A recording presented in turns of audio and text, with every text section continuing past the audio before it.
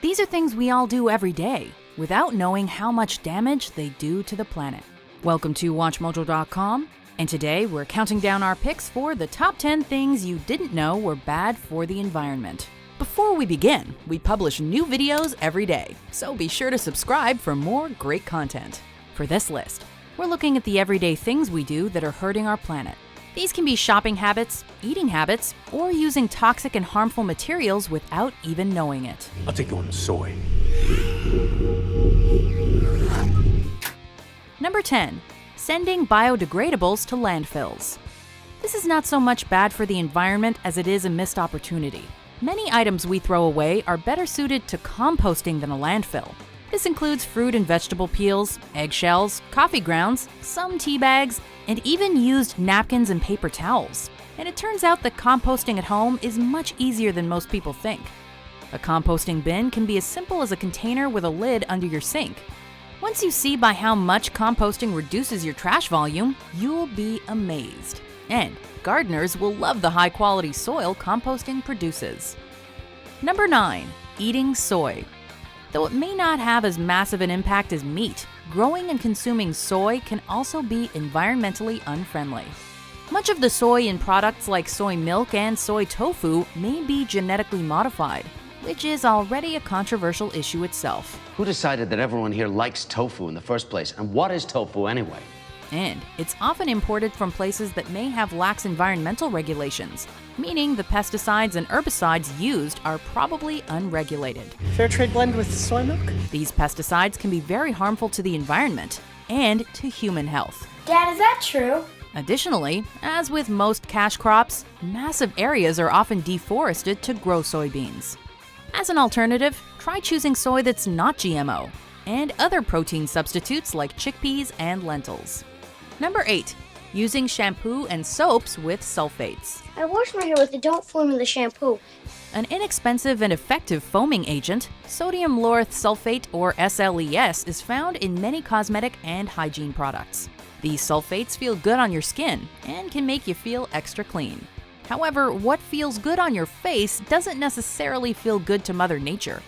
Sulfates are non-biodegradable and thus can build up and stay in the environment for long periods of time. They may also be contaminated with traces of 1,4-dioxane. This substance is labeled by the EPA as a probable human carcinogen, so buyer beware. Number 7. Washing your face with microbeads. Used for removing dead skin cells, plastic exfoliating microbeads are terrible for the environment. These tiny plastic products are found in facial cleansers, toothpastes, and many other hygiene and cosmetic products. The beads provide some grit to cleansers, which helps the cleaning agents do their work. But microbeads are so small that they pass through sewage filters and end up in lakes, rivers, and oceans.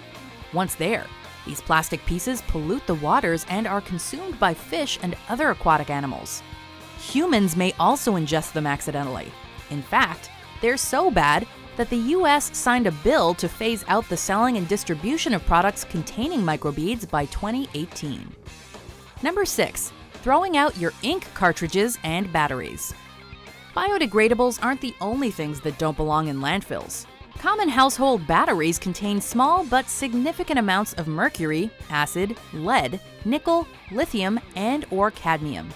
When a battery is thrown out instead of recycled, these chemicals will slowly disintegrate their casings and leak out into the environment, leading to contaminated soil, water, fish, and birds. Likewise, ink cartridges contaminate the soil and can cause long-term problems. Not to mention the fact that making just one little ink cartridge uses 2.5 ounces of oil. Fortunately, many places are making it easy to recycle batteries and ink cartridges. Number 5. Overlooking plastic packaging. The materials we use to package our food have a huge impact on the environment. Think about what you ate today. Most of it was likely packaged in plastic. Water is bottled in plastic, meat is wrapped in plastic, candy comes in plastic, and we use plastic to bag our vegetables. What's worse is the fact that this isn't limited to food, but also includes many other goods we buy every day. A large portion of these wrappings and packages end up in landfills and out in the environment. Using recyclable bags for produce and to carry goods home is one way to start helping. Number 4. eating conventionally farmed meat. I feel like I'm holding raw meat. As many already know, the meat industry is tough on the ecosystem. Over 50% of the world's human-caused greenhouse gas emissions can be attributed to animals like sheep, buffalo, camels, pigs, poultry, and cattle being raised for food. And vast areas of forest are cleared to both allow for grazing and to grow crops to feed these animals. Overgrazing of cattle has led to major soil depletion and climate pollution. Until we can start growing our hot dogs in labs, if we want to have less of an impact on the environment, our best option is to simply eat less meat. Number 3, moisturizing with palm oil.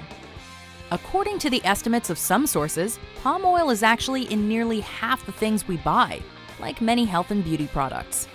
Although the typical amount of oil yielded from palm sources is impressive, it can't keep up with the massive growth in demand. This in turn has led to unsustainable production practices. Large areas are deforested in order to build palm oil plantations, and smoke from these deforestations causes serious health and environmental issues throughout Southeast Asia. It may be difficult to avoid this product, but we can look for brands labeled sustainable. Number 2, boiling the kettle. Most of us love coffee and tea, but most of us don't know that to boil a kettle of water actually requires a lot of power. Some say enough power to light a whole house. So when we aren't paying attention to when our water comes to a boil, or if we don't measure the exact amount we need, we're wasting a surprising amount of energy. Depending on where you live, this energy can be coming from things like coal or natural gas. Luckily, there are energy-efficient kettles, and kettles that measure how much water is needed for a cup of tea or coffee. Before we unveil our number 1 pick, here are some honorable mentions.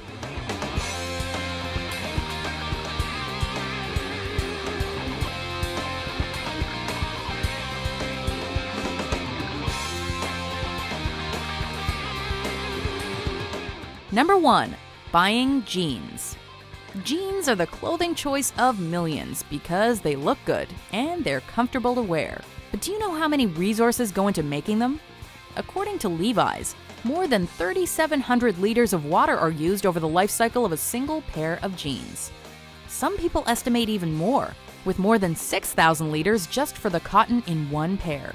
And most Americans own up to 7 pairs of jeans. If they didn't last so long, we'd be putting an even greater strain on our already water-starved environment. So let your jeans wear out a bit, because buying a new pair can be very bad for the planet. Do you agree with our picks? Check out these other great clips from WatchMojo and subscribe for new videos every day.